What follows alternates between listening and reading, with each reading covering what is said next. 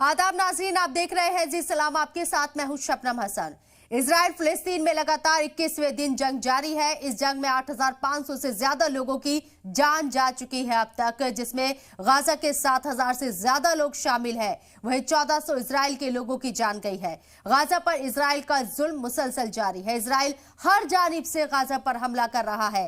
Gaza की सैकड़ों इमारतें मलबे में तब्दील हो चुकी है। मौत का सिलसिला हर पल बढ़ता जा रहा है। यूएन भी इस बात को कह रहा है कि इस वक्त गाजा में कोई भी मकाम भी महफूज नहीं है। गाजा में बिजली, ईंधन की कमी की वजह से सेहत का निजाम ठप हो चुका है। गुज़िश्ता 24 घंटे के अंदर गाजा के मजीद 15 हॉस्पिटल को मजबूरन बंद करना पड़ा है। इजराइल और हमास में छिड़ी जंग के बीच डिप्लोमेटिक महाज पर भी जंग अब तेज हो गई है। यूएन की मीटिंग में यह मामला उठा तो फिलिस्तीन और इजराइल आमने सामने आ गए। इस बीच हमास के एक डेलीगेशन के रूस पहुंचने से भी तनाज़ा और गहरा होता नजर आ रहा है। आज के मुद्दे में बात करेंगे इसी पर।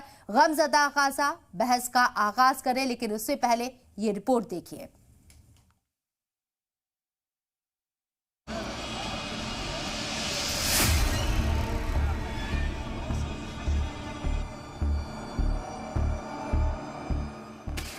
इजराइल और हमास के बीच जंग पर दुनिया दो हिस्सों में बटी दिख रही है।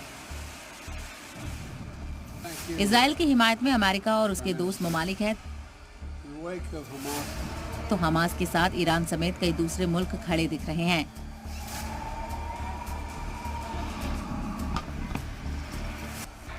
इस बीच हमास का एक वक्त हिमायत जुटाने के लिए रूस पहुंच गया है।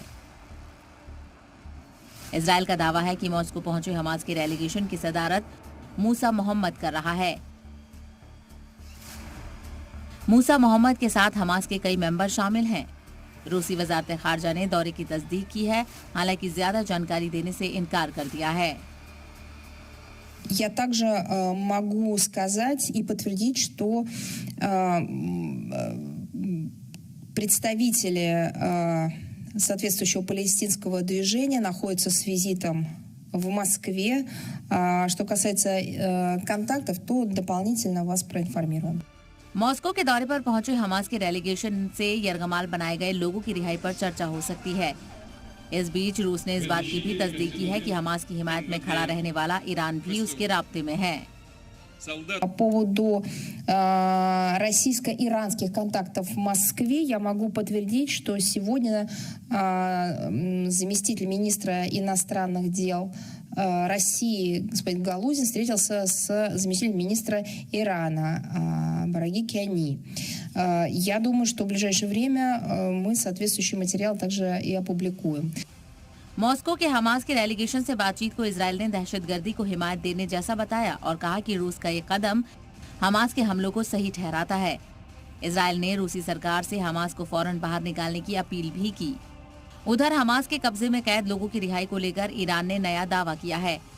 उसका कहना है कि हमास यरगमालियों की रिहाई के लिए तैयार है। वहीं हमास का दावा है कि उसके कब्जे में कैद लोगों में से 50 की मौत इजरायली हमलों में हो चुकी है। इस बीच यूएन में इजराइल हमास जंग पर चर्चा हुई। इस दौरान इजराइल और फलस्तीन के नुमाइंदों में तीखी बहस हुई। दरअसल चर्चा में फलस्तीन ने इजराइल पर बड़ा इल्जाम लगाया कि इजरायली फौज के हमलों में अब तक 7,000 शहरियों की मौत हुई है, जिनमें से 3,000 बच्चे भी शामिल हैं। फलस्तीन ने जंग रोकने की अपील भी की। Is this the war that some of you are defending? Can this war be defended? These are crimes. This is barbarism. If you do not stop it for all those who were killed, stop it for all those whose lives we can still save. हालांकि फलस्तीन के इल्जामात पर Israel ने अपनी सफाई पेश की। Israel ने कहा कि ये जंग फलस्तीनियों के खिलाफ नहीं है। इजराइल के नुमाइंदों ने यूएन की मीटिंग में हमले से जुड़ी तस्वीरें और वीडियो दिखाई। उन्होंने इजराइल पर हुए हमले को 9/11 से भी ज्यादा बड़ा बताया और कहा कि इस हमले में मरने वालों की तादाद 9/11 से 15 गुना है। इजराइल ने यूएन के स्टेट से साफ किया कि वो हमास को खत्म करके ही रहेगा। ISIS was the Islamic State of Iraq and Syria, and Hamas is the Islamic State of Gaza. So just as was done with ISIS, Hamas must be no more.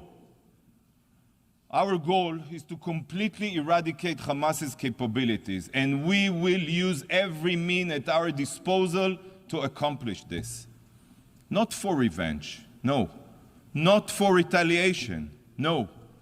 But to ensure that such depravity, such atrocities never occurs again. उधर UN में Iran ने Hamas के कब्जे में कैद शहरियों की रिहाई की तजवीज रखी। हालांकि इसमें ऐसी शर्त लगा दी जिस पर इजराइल शायद ही राजी हो। Hamas is ready to release civilian prisoners. On the other hand, the world should support the release of 6,000 Palestinians held in Israeli prisons. दरअसल हमास यरगमान लोगों के बदले इजराइल के कब्जे में मौजूद अपने हामियों को छुड़ाना चाहता है। हमास इजराइल के साथ डील करने की कोशिश कर रहा है और माना जा रहा है कि डील कामयाब नहीं होने की वजह से ही ये जंग इतनी लंबी खिंच रही है। ऐसे में ईरान का बयान हमास की कोशिशों को ही आगे बढ़ाता हुआ लग रहा है। ब्यूरो रिपोर्ट, जी मीडिया।